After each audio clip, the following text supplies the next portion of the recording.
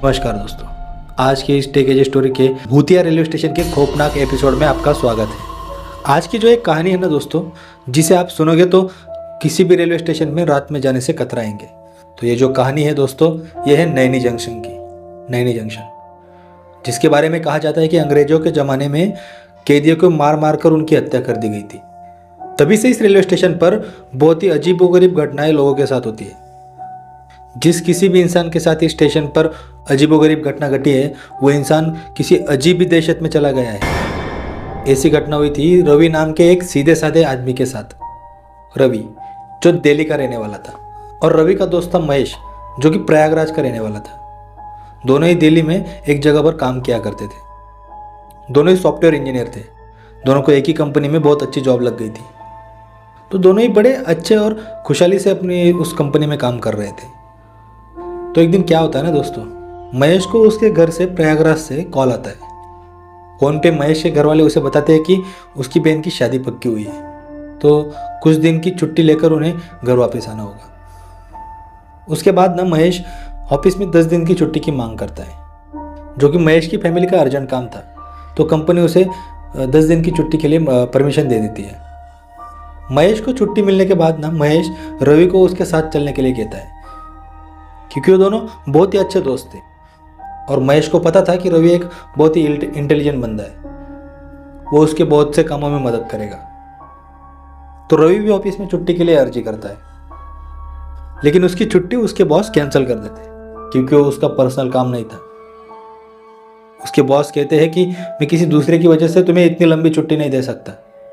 तुम चाहो तो शादी के 2 दिन पहले की छुट्टी ले सकते हो। रवि महेश के पास आता है और कहता है कि बॉस ने मुझे छुट्टी देने से मना कर दिया है।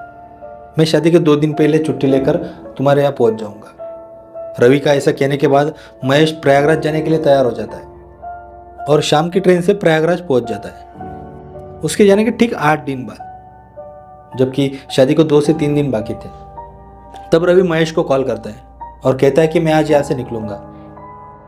मेरी ये ट्रेन है, मैं 1 दिन में वहाँ पे पहुँच जाऊँगा। इतना कहने के बाद रवि वहां से निकलने के लिए तैयार हो जाता है। सफर काफी लंबा होने वाला था। अब रवि पहुंचा है स्टेशन पे, दिल्ली स्टेशन पे। वहां से उसकी ट्रेन थी 4 बजे। वो 4 बजे की ट्रेन में बैठा है और ट्रेन अपने निर्धारित समय पर वहां से निकली है। रवि को बोर ना हो इसलिए वो अपने ईयरफोन कान में लगा के गाने सुनने लगता है। सॉन्ग सुनते सुनते रात कब हो गई कुछ पता ही नहीं चला। अब रवि के मोबाइल की बैटरी भी डाउन हो चुकी थी, इसलिए उसने सॉन्ग बंद किए और फोन अपनी जेब में रख के प्रयागराज आने का वेट करने लगा। और उसके थोड़ी ही देर बाद ट्रेन एक सुनसान स्टेशन पे आके रुकती है। उस स्टेशन पे ना कोई भी दिखाई नहीं दे रहा था, पूरा सुनसान स्टेशन था। उस स्टेशन पर वो ट्रेन लगभग आधे घंटे तक पड़ी रही। तो वो अपने आजू बाजू के लोगों से पूछने लगा कि ये स्टेशन कौन सा है, लेकिन ट्रेन के ज़्यादातर लोग सो चुके थे, क्योंकि रात भी बहुत हो चुकी थी। लगभग 12 से 12:30 का समय हो गया था। और जो लोग जाग रहे थे उसमें से ज़्यादातर लोग दरवाजे के पास खड़े थे और बाकी के खिड़की के पास होकर बाहर देख रहे थे। कोई भी उस स्टेशन पर नीचे उतरने की हिम्मत नहीं कर रहा था। ट्रेन को अब उस स्टेशन पर रुके हुए 1 से 1.5 घंटा हो गया था। रवि सोचता है कि यह ट्रेन यहाँ से जल्दी जाने वाली है नहीं। मैं एक काम करता हूँ, इस स्टेशन पर उतर जाता हूँ और यहाँ से बस या ऑटो रिक्शा पकड़कर प्रयागराज पहुँच जाऊँगा, क्योंकि प्रयागराज वहाँ से कुछ ज़्यादा दूर नहीं था। रवि ट्रेन से अब नीचे उतर गया था स्टेशन पे, और जैसे ही स्टेशन पे उतरा है, ट्रेन के लोग उस रवि की तरफ ऐसे हैरानी से देखने लगे। उसने उस बात पर उतना ध्यान नहीं दिया और निकल पड़ा उस स्टेशन पर अकेला, और उस स्टेशन से बाहर जाने के लिए रास्ता ढूंढने लगा। उस स्टेशन पर कोई इंसान तो क्या, कोई जानवर भी नजर नहीं आ रहा था। रवि प्लेटफॉर्म पर चलते चलते बाहर निकलने का रास्ता ढूंढ रहा था, लेकिन बाहर निकलने का रास्ता मिल ही नहीं रहा था। जैसे तैसे करके रवि ने वो रास्ता ढूंढा और स्टेशन के बाहर निकला है। और बाहर के रास्ते में जब वो निकला है तो वहाँ पे ना ही कोई स्ट्रीट लाइट थी और ना ही वहाँ पे कोई बस या रिक्शा थी। पूरा सुनसान इलाका था। बस सामने था एक सुनसान अंधेरे से भरा हुआ एक रास्ता। रवि तय करता है कि मैं अभी इस रास्ते से पैदल ही निकल लेता हूँ, कोई ना कोई बस या ऑटो रिक्शा मिल ही जाएगी। और रवि बिना कुछ सोचे समझे उस रास्ते से आगे बढ़ गया, उस सुनसान और अंधेरे वाले रास्ते से। रवि आगे बढ़ता ही जा रहा था। उसका फ़ोन भी अब स्विच ऑफ हो चुका था। थोड़ा आगे जाने के बाद रवि को ना एक बूढ़ी औरत लाठी के सहारे चलते हुए दिखाई दी। वो बूढ़ी औरत उसी तरफ पड़े जा रही थी जिस तरफ रवि बढ़ता जा रहा था। रवि यही देखकर हैरान हो गया कि अरे इतनी रात गई है, बूढ़ी अम्मा इतने सुनसान रास्ते पर क्या कर रही है। वो थोड़ा तेज तेज चल के वो बूढ़ी औरत के पास पहुंचता है और उससे पूछता है कि अम्मा आप इतनी रात गई यहाँ पे क्या कर रही है और इतनी रात गई कहाँ जा रही हो। वो बूढ़ी अम्मा कुछ नहीं बोली और आगे बढ़ती रही। वो फिर से उस बूढ़ी औरत को पूछने जाने ही वाला था, तभी उसे अचानक से एक बहुत ही भयानक तरीके से चीख सुनाई दी।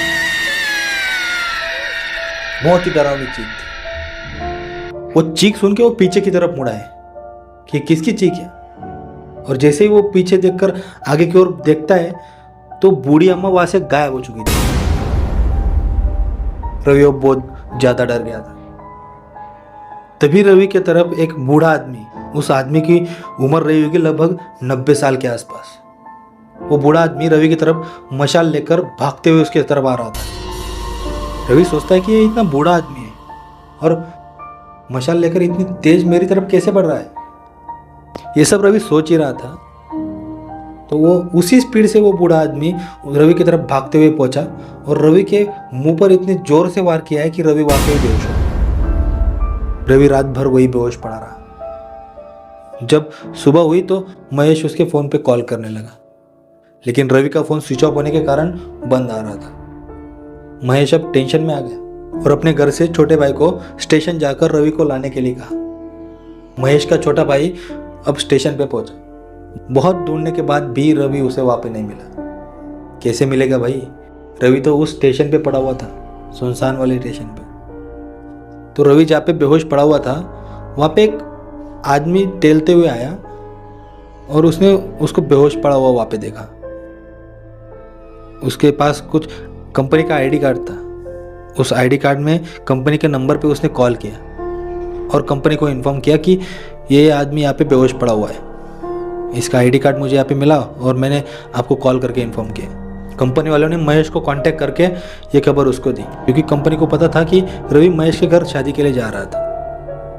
और तो महेश तुरंत वहाँ पे पहुँचा और रवि को उठाकर हॉस्पिटल ले गया। हॉस्पिटल में जब रवि की आँख खुली तो रवि ने महेश को सारी बात बताई। महेश ने जब ये बात सुनी, ये कहानी सुनी, तब महेश ने रवि को बताया कि तुम्हें उस स्टेशन पर उतरना ही नहीं चाहिए था। वो स्टेशन बहुत ही हॉन्टेड रेलवे स्टेशन है। कहा जाता है कि आज भी उस स्टेशन पर क्रांतिकारियों की आत्माएं घूमती है।